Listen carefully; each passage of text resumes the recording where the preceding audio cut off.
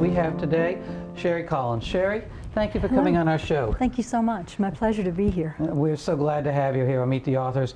And as I was saying in the introduction, you have a brand new book out. I do. Rise and Call. Show the audience your book.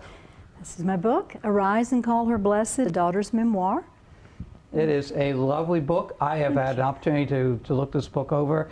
And as we were saying, it's a memoir about your mother, is that right? That's correct. And when did you, what inspired you to write a memoir about your mother? Well, as a young adult, I realized that I had been very fortunate to have a wonderful mother. And when I lost my mother, she manifested Alzheimer's in 2004 and passed away in 2010. And when I lost her, you know, you start to reflect back on things that mean a lot to you once you lose them. And I thought of all the stories, the teachings, the example that she had set, and I thought it was worthy of writing down, putting pen to paper, as you say. It really was. This woman's remarkable. I mean, it's not that she was remarkable in the achievements or world notoriety, Exactly. but her sense of morality, her sense of teaching you right and wrong, and the patience she had with you really comes through so nicely in your book. Thank you. And tell us a little bit about this. I read in your book about how she taught you about Jesus and about morality. Tell me about some of the special lessons that come through in your book. The special lessons come through in the fact that my mother was a convinced Christian, Philip. And she was, I use the word convinced because she was studious and she was a reader, and she made her own mind up about things after she had spent some time studying them. And her compassion and her generosity, and I think above all else, her conviction that every human being is unique and unrepeatable and a magnificent creation of Almighty God and deserve to be treated with the utmost dignity and respect. And she was a Southern woman, so Yes. I think that's important. We think so often of Southern people to not really have that kind of sense. I know I was at the Florida Writers Association conference a week or two ago, and the fellow I met said he was on the civil rights movements in Mississippi 30, 40 years ago, and he said, I don't believe Mississippians, I don't believe Southerners have any respect for other cultures. And I said, that's really just not true.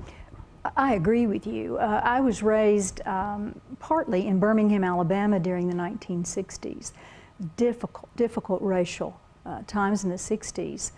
And I clearly remember my mother just thinking that was just the most ridiculous thing possible. That an African American should have to use a different entrance into a restaurant or a different bathroom. To her it was just absolutely ridiculous.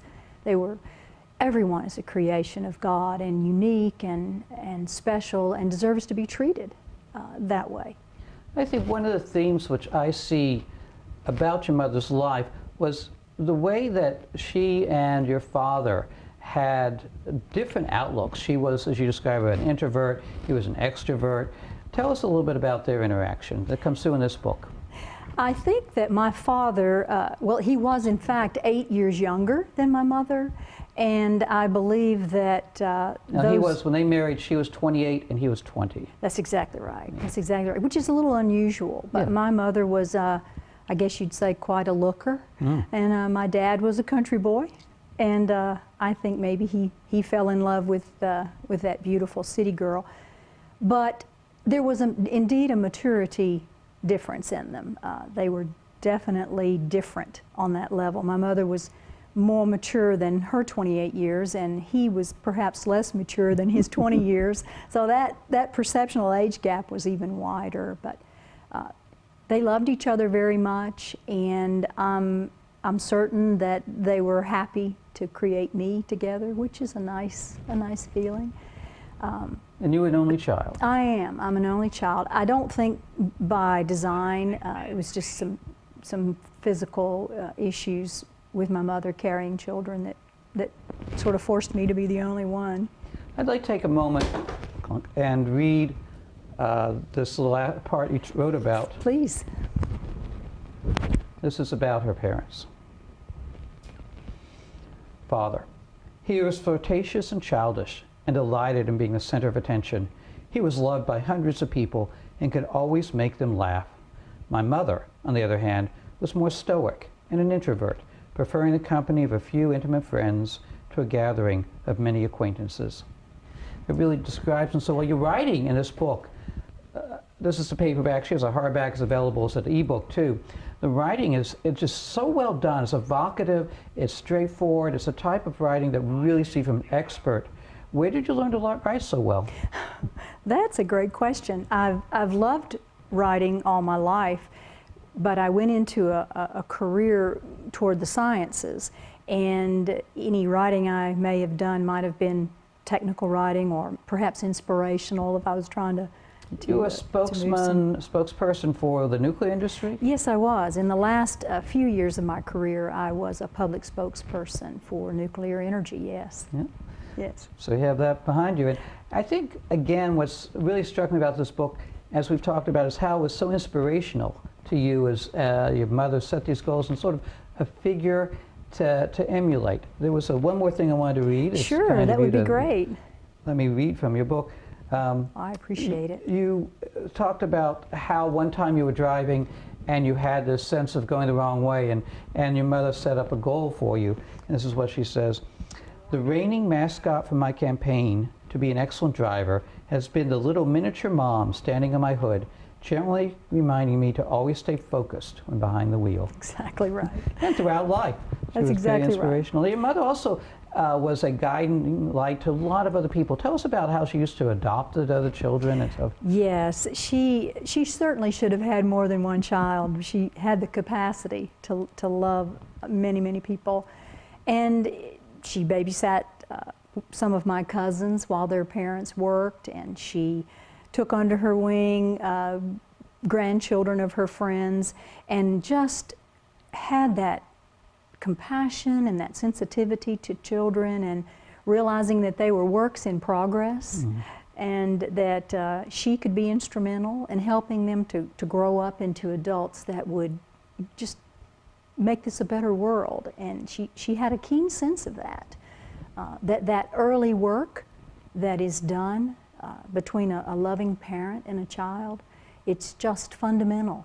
It's fundamental work if we ever expect to make this world any better. It has to start there. And that is the theme of the book. It is, yes sir, that's exactly right. As a path to raise good children, you have to have good parents, and we see that over and over again. The parental household is what makes a family so important. Exactly right. Couldn't have said it better. Thanks. And you have more books in the works. Tell us about that. I do. I have a children's book written in the voice of my rescue golden retriever.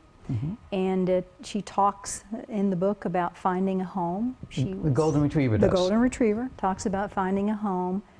And interestingly enough, the same lessons I learned from my mother, I find showing up in these children's books. And it's about treat every living creature with dignity and respect. You know, even a four-legged puppy deserves to be treated with dignity and respect. And you found an illustrator for the book? Tell me about that. Yes, it was serendipity, I think. I met this illustrator. We had the same dental hygienist, and we met each other, and she's in her 80s, and she's very creative and very talented, and I sent her a picture of the pup. She sent me back a sketch. It was exactly what I was looking for, and so we created the book together. Oh, wonderful. Do you have a timetable when that might come out? I would love to print it, to publish it in January of 2019. So coming up soon. Yes, sir, hope so. So tell us where people can get your books. Sure. My book is available on Amazon.com in hardcover, softcover, and ebook. It's also available on Lulu.com, which is the publisher. That's LULU.com. All right. That's wonderful. We're so glad to have you on our show. It was my pleasure, Philip. Thank you so much.